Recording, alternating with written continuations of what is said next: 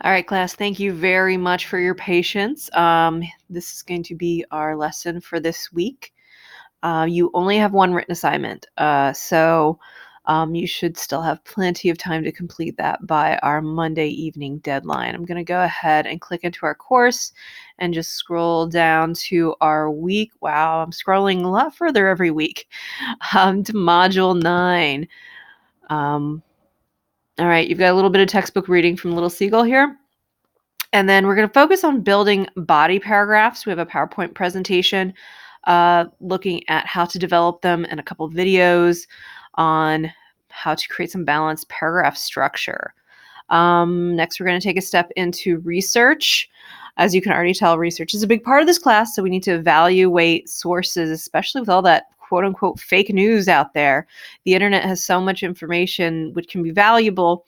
And then also we have great sources like the library databases. So we have some information on how to help you evaluate quality sources for your research paper. Also, we have a research tool from the library. If you are off campus, which you probably are because you're an online student, you're going to want to click off campus. There's a different login procedure for off campus access for our library resources and databases. Next, everyone's favorite citation review. Yay! Just citations are a big part of research and making sure your writing is credible and you're representing your credible sources really well. So just review some of the citation information. It will be a graded component of all the assignments in this class, including our discussion board. So the best way to approach it is practice makes perfect. And then lastly, we're going to take a look at annotated bibliography. So if you want to view this presentation and also Purdue OWL's guide on annotated bibliographies. In a nutshell, an annotated bibliography is like a catalog for research. For our papers that use less than 6 or 7 sources, it's easy to keep track on what the articles are all about. But when you start getting into more complicated classes, and some of you are eyeing up grad school, you're looking at 25 and plus sources on papers. Remembering what all of those articles bring to the table can be very, very difficult. So the annotated bibliography is a great tool where you have your citation, so that citation's already made, and it includes 2 paragraphs minimum. One summarizes the article so you remember what it's about, and the second was why you decided to keep it.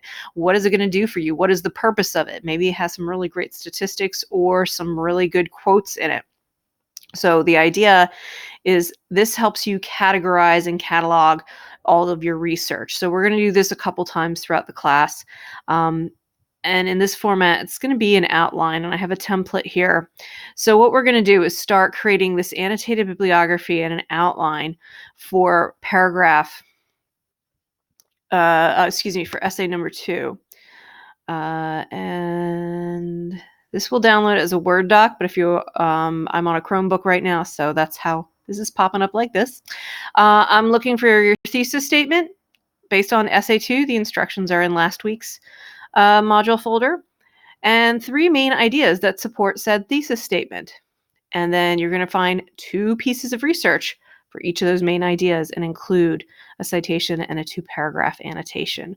A annotation for an annotated bibliography for this course will be the full citation, and 2 paragraphs. The first paragraph explaining the summary of the piece. So if you were to tell someone else what this article or report was about, what would you tell them? You're going to summarize it.